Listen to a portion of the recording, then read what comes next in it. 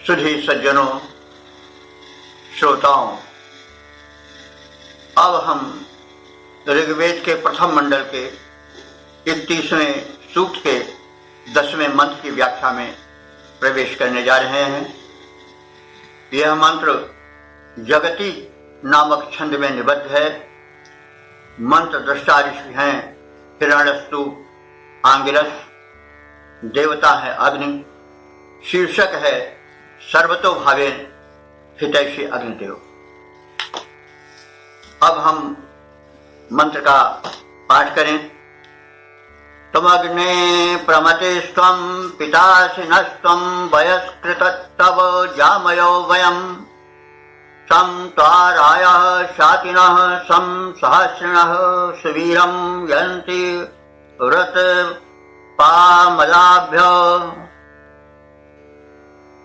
शब्दार्थ जाने।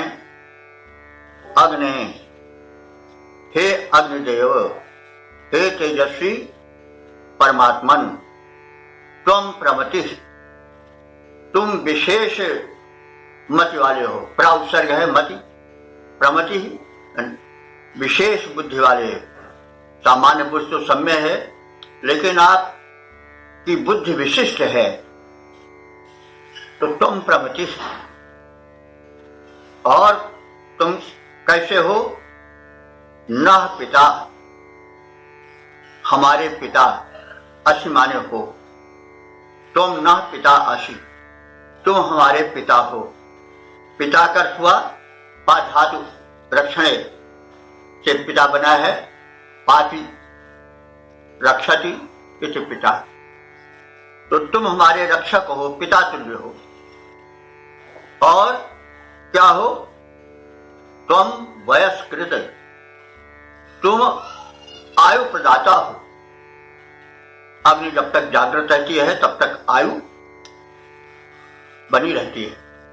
जब अग्नि क्षीण हो जाती है तो आयु भी क्षीण हो जाती है। और जब अग्नि बिल्कुल समाप्त, अग्नि तत्व समाप्त बिल्कुल हो जाता है तो शरीर भी ठंडा पड़ जाता है। इसीलिए कहा गया है कि तुम वयस्कृत, तुम आयु प्रदाता हो। वयम त्वं जामया, वयम माने हम सब, तव माने तुम्हारे, जामय हमारे बंधु हैं। बंधु कौन है? बंधनातीत बंधु, जो अपने चारों ओर एक बंधन प्रेम का डाले रहे, संगठित बना रहे, वही बंधु है। वो अपने प्रेम में, संबंधों में हमको बांधे रहता है, इसलिए बंधु है। तो तुम बंधु, तुम हमारे बंधु हो। जामया हो, जामया बंधु को ही कहते हैं। और वयम तो जामया, हम तुम्हारे बंधु हैं, क्योंकि हम तुम्हें अपने प्रेम बंधन में बांधे रहते हैं। अदाभ्य, हे अदाभ्य, हे अग्नि का विशेषण है। हे अदम्य अग्निदेव, जो अग्निदेव अदम्य है, वो इतने ऊर्जावान है कि उनका दमन संभव नहीं। तो हे अदभ्य, हे अदम्य तेजस्वी अग्निदेव, सुवीरम व्रतपाम त्वा शातिनः, तुम सुवीर हो, श्रेष्ठ वीर हो। व्रतपा माने व्रत के पालन करता हो।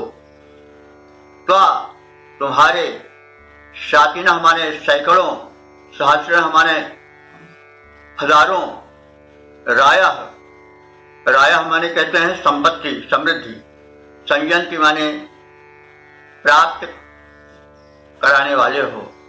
या तुम में सैकड़ों संपत्तियां निवास करती हैं, संयंति प्राप्त होती रहती हैं। तो सुवीरम व्रतपाम ताम शातिनः सहस्रिणः रायः संयंति, श्रेष्ठ वीरों, नियमों के परिपालक, तुम्हें सैकड़ों हजारों प्रकार की संपत्तियां घेरे रहती हैं, तुम्हें प्राप्त किए रहती हैं, तुम्हारे हाथ में रहती हैं। तो इस प्रकार से इस मंत्र में अग्निदेव उस तेजस्वी परमात्मा से संबंध जोड़ा गया है, पिता का और बंधु का और आयु प्रदाता कहा गया है। उसको अदभ्य माने दमन न हो सकने वाला बताया गया है, उसे सुवीर बताया गया है, व्रत पालन करने वाला बताया गया है और सैकड़ों सहस्रों राया माने संपत्तियों से संयुक्त बताया गया है। इन विशेषों से युक्त है तेजस्वी अग्निरूप परमात्मा और उनसे विविध संबंध जोड़ करके रक्षा की प्रार्थना, परिपालन की प्रार्थना इस मंत्र में है। इसका सपाट अर्थ हम इस प्रकार से देख लें, हे अग्निदेव, तुम विशेष मेधावी हो। सामान्य मेधा तो सब में रहती है, लेकिन वह सर्वश्रेष्ठ ज्वलन रूपधारी तेजस्वी परमात्मा है, इसलिए उसमें विशेष मेधा है। हे अग्निदेव, तुम हमारे पिता और बंधु हो, तुम हमें आयु प्रदान करते हो। हे अदम्य अग्निदेव, तुम श्रेष्ठ वीरों से युक्त हो, नियमों के परिपालक हो। तुम्हें सैकड़ों सहस्रों प्रकार के रत्न प्राप्त होते रहते हैं और उन्हें हमें भी प्रदान करते रहो, ऐसी प्रार्थना तुमसे है। तो इस तेजस्वी अग्निरूप परमात्मा के वैभव को जान करके, उससे संबंध जोड़ करके, उसकी शक्ति का अनुभवन करके हम धन्य हो। इस मंत्र के छंदोबद्ध रूप को हम इस प्रकार से देखें, अग्नि रूप परमेश्वर कैसी अतुलित बुद्धि तुम्हारी, अग्नि रूप परमेश्वर कैसी अतुलित बुद्धि तुम्हारी, रचना कौशल देख चकित रह जाती बुद्धि हमारी, रचना कौशल देख चकित रह जाती बुद्धि हमारी। माता पिता बंधु तुम मेरे, तुम हो जन्म प्रदाता। माता पिता बंधु तुम मेरे, तुम हो जन्म प्रदाता। तुम ही आयुदाता, तुम ही आयुदाता हो भगवान। तुम ही हमारे त्राता, तुम ही हमारे त्राता। तुम अदम्य दुर्धर्ष वीर, तुम अदम्य दुर्धर्ष वीर, वह वीरों के स्वामी हो। नियमों के संचालक पालक तुम अंतर्यामी हो। भांति भांति के शत सहस्र रत्नों के तुम अधिकारी, भांति भांति के शत सहस्र रत्नों के तुम अधिकारी। अग्नि रूप परमेश्वर कैसी अतुलित बुद्धि तुम्हारी, रचना कौशल देख चकित रह जाती बुद्धि हमारी। रचना कौशल देख चकित रह जाती बुद्धि हमारी। ओम हरि ओम। ओम वेद प्रेमियों, सुधी श्रोताओं, संप्रति हम ऋग्वेद के प्रथम मंडल के 31वें सूक्त के 11वें मंत्र की व्याख्या में प्रवेश करने जा रहे हैं। यह मंत्र जगती छंद में निबद्ध है। इसके दृष्टा ऋषि हैं हिरण्यस्तूप आंगिरस, देवता अग्नि, और इस मंत्र का शीर्षक होगा सामाजिक और राजनीतिक व्यवस्था क्रम में अग्नि का प्रथम स्थान। तो अब हम मंत्र का प्रथम पाठ करें। त्वमग्ने प्रथमायुर्मायवे देवा कृण्वन्नहुषस्य विश्पतिम् इडां कृण्वन् मनुष्यस्य शासनीं पितुर्योत्पुत्रो मम कस्य जायते। शब्दार्थ जानने के पूर्व हम इस मंत्र में प्रयुक्त दो शब्दों पर विचार कर लें। प्रथम शब्द है नहुष और दूसरा शब्द है इड़ा, इड़ा या इला। तो नहुष को सायणाचार्य ने व्यक्तिवाची संज्ञा में के रूप में लिया है और हरिशरण सिद्धालंकार जी ने भी इन्हें व्यक्तिवाची यानी प्रॉपर नाउन के रूप में ग्रहण किया है। वही बात इड़ा के लिए भी है। इड़ा को भी दोनों भाष्यकारों ने, तथाकथित पूज्य भाष्यकारों ने व्यक्तिवाचक संज्ञा प्रॉपर नाउन के रूप में लिया है। तो देखिए, जो शब्द बनते हैं वो पहले जातिवाची प्रायः बनते हैं, कॉमन नाउन। जैसे मृदुल शब्द है, सलिल शब्द है, यह है जातिवाचक हैं, कॉमन नाउन है, लेकिन प्रॉपर नाउन भी बन जाते हैं। लोग अपने पुत्रों का नाम मृदुल, सलिल आदि रख लेते हैं। तो इस मंत्र के अर्थ करने में जब हम शब्दों का, नहुष का और इला का प्रॉपर नाउन के रूप में हम अर्थ करेंगे तो संगति ठीक से बैठ नहीं पाती, क्योंकि व्याख्याकार या तो पूर्ण परिचय देते और मंत्र से उसका संबंध बताते, तब तो बात स्पष्ट होती, अर्थ जो है वो मस्तिष्क में बैठ पाता। केवल नाम दे देने से उस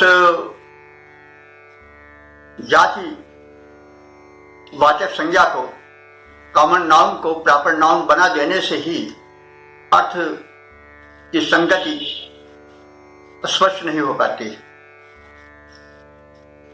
तो सायणाचार्य ने जो अर्थ किया है, हम प्रथम उसका पाठ कर दे रहे हैं। अग्नि देवों में प्रथम पुरूरवा के मानव रूपधारी पौत्र नहुष का तुम्हें मनुष्य शरीरवान सेनापति बनाया। साथ ही उन्होंने इड़ा को, मनु को धर्मोपदेशिका भी बनाया था। जिस समय मेरे पिता अंगिरा ऋषि के पुत्र रूप में तुमने जन्म ग्रहण किया था। तो यहां अंगिरा पुत्र, अंगिरा का नाम नहीं आया है, लेकिन अध्याहार करके अंगिरा का नाम डाल दिया है भाष्यकार ने। तो अब जिससे मंत्र का आशय पूर्ण रूप से स्पष्ट नहीं हो पाता है, क्योंकि नहुष का इड़ा का क्या संबंध है, किस रूप में वे अग्नि से संबंधित हैं, किस रूप में वे मंत्र के अर्थ को पोषित करते हैं और स्पष्ट करते हैं, यह बात नहीं ठीक से निकल पाती है।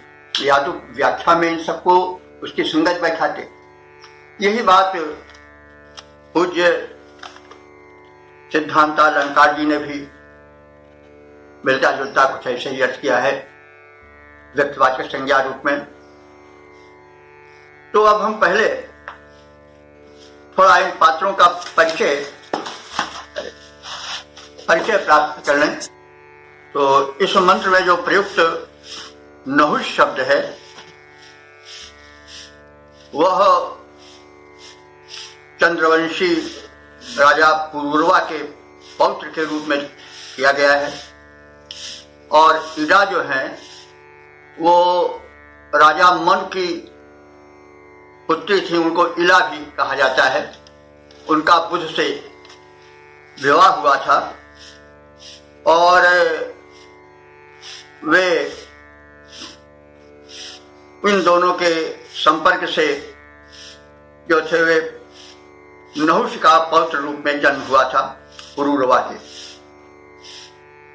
तो ये पुरूरवा की माता थी इला, और नहुष पुरूरवा के पौत्र। तो यह तो व्यक्तिवाचक हो गया। लेकिन हमने जब विचार किया मंत्र पर तो हमें यह लगा कि इसको हम कॉमन नाउन यानी सामान्य रूप में जातिवाचक संज्ञा रूप में देखें तो ज्यादा अच्छा होगा। तो नहुष का अर्थ होता है नाह धातु है। नाह नह्यते माने बांधना, नाह से नाद बनता कहते हैं। तो नाह धातु है, तो नह्यते या नह्यति दोनों रूप उसका चलता है। तो बंधन में डालना नहुष का अर्थ होता है।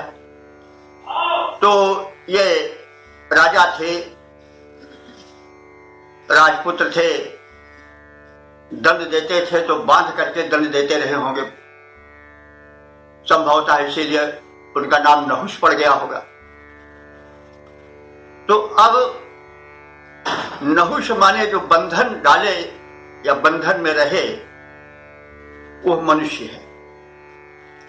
तो इसका मनुष्य रूप में अर्थ लेना अथवा मनुष्य में राजा के रूप में अर्थ लेना, ये प्रॉपर नाउन के रूप में व्यक्तिवाचक संज्ञा रूप में करने से अधिक सटीक समझ पड़ता है। तो नहुष को हम उस राजा के रूप में माने जो कि बंधन यानी शासक होता है, दंड भी देता है, बंधन डालता है। तो इस रूप में लेना ज्यादा अच्छा होगा। उसी प्रकार से इला शब्द है जो मंत्र में आएगा, भी हम व्याख्या करेंगे उसकी। तो इला का शब्द कोशगत अर्थ होता है पृथ्वी, वाणी, अन्न, गौ आदि। इला एक नाड़ी भी है जो इला पिंगला सुषुम्ना योग की भाषा में व्याख्यायित होती है। वो रीढ़ की हड्डी से होकर के मस्तिष्क से जाती है। इला नाड़ी कहते हैं, इला सुषुम्ना पिंगला, ये तीन प्रमुख नाड़ियां हैं। तो इला का अर्थ प्रार्थना भी होता है। तो इला या इला नियम से जोड़ा जाए, वाणी से जोड़ा जाए ज्यादा अच्छा होगा। इला माने वाणी से होता है, तो वाणी से यहां वेद वाणी को लें तो ज्यादा अच्छा होता है, क्योंकि वेद वाणी में शासन की भी झलक मिलती है। कैसे शासन होना चाहिए परिवार का, कैसे शासन होना चाहिए सामाजिक प्रारूप में, कैसे शासन होना चाहिए राजनीति के क्षेत्र में। तो इला माने वाणी का अर्थ है, और वाणी को हम वेद वाणी से जोड़ें। वेद वाणी में जिसमें कि शासन करने की पद्धति के भी संकेत हैं, जिसका विकास स्मृति ग्रंथों में हुआ, तो उस इला वेद वाणी का। और एक उसको इला भी कहते हैं। विचार आता है कि अगर इला को हम ला से जोड़ दें अंग्रेजी के तो अच्छा होगा। इला से ही ला बना होगा, क्योंकि संस्कृत वैदिक संस्कृत से ही तमाम भाषाएं विकसित हुई। तो इला शब्द है यहाँ। तो इला का अर्थ हुआ ला, ला का मतलब वही कानून की वाणी। तो इला शब्द, ला शब्द का अंग्रेजी के जो है उसका जन्मदाता माना जा सकता है। तो यहां पर हम नहुष को मनुष्यों के राजा के रूप में, जातिवाचक संज्ञा के रूप में, कॉमन नाउन के रूप में लें, और इला का अर्थ मन की पुतली न लेकर के वाणी यानी न्याय की वाणी, कानून की वाणी ले तो अर्थ ज्यादा सटीक होगा। तो इस भूमिका के पश्चात हम अब मंत्र के शब्दार्थ को उड़ाते हैं। शब्दार्थ जो होगा वह इन दो शब्दों के जातिवाचक रूप, कॉमन नाउन के रूप में ही सटीक बैठता है मेरे विचार से, उसी को मैं व्यक्त कर रहा हूं। तो अग्नि अब शब्दार्थ हो रहा है, हे तेजस्वी अग्नि रूप दिव्य शक्ति अथवा परमेश्वर, त्वाम देवा आयवे प्रथम अयुम। त्वाम माने तुमको, देवा माने देवताओं ने, दिव्य शक्तियों ने, देव का अर्थ विद्वान भी होता है वैसे, तो तुमको दिव्य शक्तियों ने आयवे, आवे मानव के रक्षार्थ, प्रथमम अयुम पहला मानव रूप दिया। तो मानव के रक्षार्थ तुम्हें दिव्य शक्तियों ने पहले प्रकट किया। ये तो हम जानते हैं और आज के विचारकों का कहना है कि सबसे पहले आविष्कार जो मनुष्य ने किया, पश्चिमी विचारधारा है लेकिन विचार हमें किसी के बंधन में रहकर नहीं करना है, सटीक जो बैठे वही मानना चाहिए। तो आज के विचारकों का मानना है कि मनुष्य का सबसे पहले जो बड़ा आविष्कार था वो अग्नि का आविष्कार था। जो पशु है वो अग्नि का उपयोग नहीं कर पाते हैं, लेकिन मनुष्य ने सबसे पहले अग्नि का आविष्कार किया। उसने दो पत्थरों को पटक करके चिंगारी से अग्नि पैदा किया। प्रारंभिक स्थिति है मनुष्य के विकास की। और यह सब जानते हैं कि जो हिंसक पशु हैं वे अग्नि के निकट नहीं आते। तो मनुष्य ने पहल यह सीखा कि अग्नि को जला दिया जाए और उसके ज्वलित रूप को देखकर हिंसक पशु व्याघ्र सिंहादि नहीं आवेंगे, इसलिए उसने यह प्रयोग किया कि अग्नि को ज्वलित करके रात्रि में सोते समय अपने रक्षा के लिए उसका प्रयोग किया। तो इसलिए यह मनुष्य का प्रथम आविष्कार हुआ जो अग्नि को लेकर हुआ। और फिर अग्नि का आविष्कार तो बढ़ता ही गया, आज तक चल रहा है। जो ज्वलित पदार्थ होते हैं, बम आदि, मिसाइल साजो सब अग्नि के प्रयोग हैं, लेकिन प्रथम मनुष्य ने आत्मरक्षार्थ अग्नि का प्रयोग किया। तो इसलिए यह जो अर्थ किया जा रहा है कि विद्वानों ने यानी दिव्य शक्तियों ने तुम्हें हे अग्निदेव सबसे प्रथम मानव की रक्षा के लिए नियुक्त किया। यानी प्रथम मनुष्य ने अग्नि के माध्यम से अपनी रक्षा हिंसक पशुओं से की। तो अब इसके बाद और विकास क्या हुआ? व्यवस्था में नहुषस्य विश्वतिम अक्रमण, मानव ने नहुष माने वह पुरुष जो कि सत्ता पर, राज सिंहासन पर आसीन है, ऐसे नहुष के लिए, जैसा हमने पहले कहा है कि नह धातु से बना है नहुष, बांधना, तो बांध करके व्यवस्था के कायम रखने के लिए, दुष्टों के दमन के लिए नृपति रूप में बंधन देने वाले पुरुष को नहुष कहा गया। तो नहुष के रूप में प्रथम विषपतिम, विषपति कहते हैं राजा को। देखिए, विष जब तालवी सा होता है तो उस विष का अर्थ होता है प्रजा, उसी से वैश्य बना है, प्रवेश भी उसी से बना है, विष धातु से। तो विषपति माने प्रजाओं का स्वामी अर्थात राजा। वो विष अगर मूर्धन्य वाला होगा तब तो हो जाएगा विष, लेकिन ये तालवी है, विष। विष विष माने होता है प्रजा, और पति माने स्वामी रक्षक। तो विषपति का अर्थ यहां हुआ कि राजा। तो इस सामाजिक व्यवस्था और राजनीतिक व्यवस्था के उपक्रम में बंधन द्वारा दंड,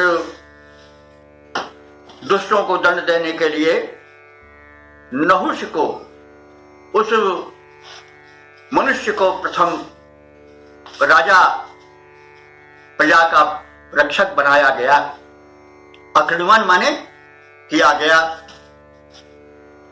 और प्रजा पालक राजा का स्थापन हुआ, निर्माण हुआ। तो मनुष्य से शासनेम इडाम अकृणवन। उसके बाद फिर क्या हुआ, इड़ा को किया गया। जैसे अभी हमने बताया, इड़ा माने होता है वाणी। तो वाणी से तात्पर्य वेद वाणी। तो वेद वाणी में जो शासन की व्यवस्था का वर्णन है उसको विकास किया गया, क्योंकि जब राजा होगा तो एक विधान बनेगा, एक कानून बनेगा, एक व्यवस्था बनेगी। तो तत्पश्चात जबकि व्यक्ति विशेष को नहुष रूप में प्रजापालक राजा बनाया गया, तो उसके हेतु एक विधान भी निर्मित हुआ जो कि वेद वाणी पर आधारित था, जिसको कि इड़ा कहा जाता है, इड़ा। तो यहां पर ये जो कॉमन नाउन है, जो जातवाचक संज्ञा अधिक उपयुक्त समझ पड़ेगी। तो इड़ा मनपुत्री से के स्थान पर इड़ा, वेद वाणी से नियंत्रित शासन व्यवस्था को लेना अधिक उपयुक्त होगा। तो मनुष्य से शासनीम, मनुष्य से शासनीम माने मनुष्यों पर शासन करने वाली, विधान के रूप में इलाम, इला को, व्यवस्था को, नियम को, कानून को अक्रणवन किया, बनाया। तो इला से हिला हो सकता है बना हो। तो मनुष्य की व्यवस्था के लिए, शासन व्यवस्था के लिए, धर्म नीति को संचालित करने के लिए वेदवाणी के रूप में इला का व्यवस्था, इला की व्यवस्था की गई। और यत ममकस्य पितुः पुत्रः जायते। अब एक उपमा दी जा रही है कि राजा जब बन गया, विधान जब बन गया, इला यानी वेद वाणी पर आधारित जब व्यवस्था बन गई शासन की और समाज की, तो अब जो व्यवस्था चलाने वाला शासक है, नृपति है, वो कैसा व्यवहार करे, इस बात बताया जा रहा है। बताया है ममकस्य, ममकस्य माने ममता से भरा हुआ, पितुः, पितुः माने पिता का। जैसे प्रेम पुत्र पर होता है, यत ममकस्य पितुः पुत्रः, जैसे ममता से भरा हुआ, ममकस्य माने ममता से भरा हुआ पिता का स्नेह पुत्र पर होता है, वैसे ही राजा प्रजा के प्रति स्नेह रखे, यह आदेश दिया गया है, सलाह दी गई है, मंत्रणा दी गई। राजा निरंकुश नहीं हो, वो दंड दे, बंधन भी दे, लेकिन स्नेहिल भाव से दे, अहंता से या क्रूरता से भर करके न दे। यह संकेत है। इसके लिए उपमा क्या दी गई कि जैसे पिता पुत्र पर शासन करता है, लेकिन ममता से भरा हुआ उसका हृदय होता है। तो मम कस्य पितुः पुत्र, जैसे ममता से भरा हुआ पिता पुत्र पर शासन करता है, तद्वत जो वो राजा है, नहुष है मनुष्य में, वो भी शासन करे। तो इस प्रकार से मंत्र में एक व्यवस्था दी गई है और अग्नि उस व्यवस्था में सभ्यता के विकास में आदि में खड़ा हुआ दिखाई पड़ता है। जैसा हमने पहले कह दिया है कि अग्निदेव सबसे पहले प्रकट हुए, मानव के रक्षक बने। मनुष्य ने अग्नि का प्रयोग सीखा, उससे उसने रक्षा भी की और अपना भरण पोषण भी किया, भोजन पका करके आदि आदि रूप उससे व्याख्या होता है। और फिर उसके पश्चात सामाजिक व्यवस्था, राजनीतिक व्यवस्था का क्रम आया। उसमें नहुष जो बंधन डाल करके दंड देने वाला होता है, ऐसे नहुष राजा का की भी व्यवस्था समाज में हुई। और फिर उसके लिए इड़ा यानी वेदवाणी के रूप में नियम निर्धारण किया गया। और फिर उसके बाद शासन व्यवस्था कैसी हो उसका संकेत किया गया। शासन व्यवस्था हो, जो अन्यायी हैं, दुष्ट हैं, वो दंड पावे, लेकिन प्रजा पर शासन करते समय राजा जो है वो वैसे ही स्नेहिल रहे जैसे कि पिता दंड देता है तो भी स्नेह के कारण देता है, वही भावना हो। तो देखिए कितनी बड़ी बात बता गई। दंड भी हो, नियम भी हो, लेकिन जो दंड का पालन करने वाले हैं, व्यवस्था का पालन या संचालन करने वाले हैं, उनका हृदय स्नेहिल हो। यह बात मंत्र में बताई। अब इसका हम एक सपाट रूप में देख लें। हे अग्निदेव, देवताओं ने प्रथम तुम्हें मानव के संरक्षण में नियुक्त किया। मनुष्यों ने तुम्हारा प्रयोग सीखा, वो उसका प्रथम आविष्कार था। मानवों के लिए प्रजा पालक राजा की व्यवस्था की गई।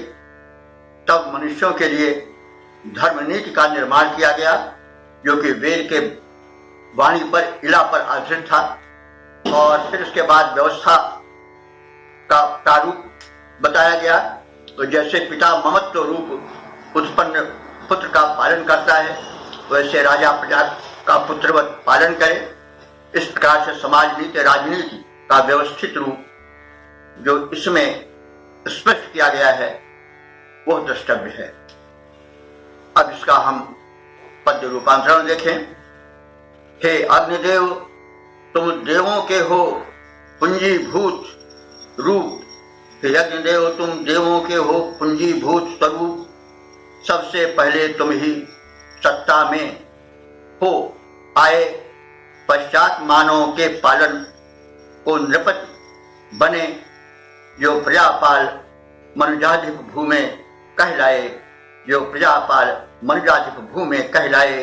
फिर कर्म क्षेत्र का आवंटन हो गया सहज, फिर कर्म क्षेत्र का आवंटन हो गया सहज। निर्धारित निज कर्तव्यों में सब मन लाए, फिर धर्म निर्माण हुआ।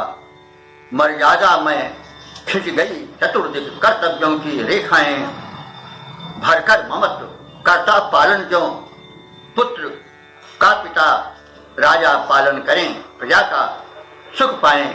हे अग्निदेव, तुम देवों के हो पुंजीभूत रूप। सबसे पहले तुम ही सत्ता में हो आए, पश्चात मानव के पालक को नृपति बने, जो प्रजापाल मनुजाधिप भूमि कहलाए। फिर कर्म क्षेत्र का आवंटन हो गया सहज, फिर कर्म क्षेत्र का आवंटन हो गया सहज। निर्धारित निज कर्तव्यों में सब मन लाए, फिर धर्म निर्माण हुआ। मर्यादा में खिंच गई चतुर्दिक कर्तव्यों की रेखाएं, खिंच गई चतुर्दिक कर्तव्यों की रेखाएं। भरकर ममत्व कर्ता पालन, जो पुत्र का पिता राजा पालन करें, प्रजा का सुख पाएं। हे अग्निदेव, तुम देवों के हो पंजीभूत स्वरूप, सबसे पहले तुम ही सत्ता में हो आ पाए।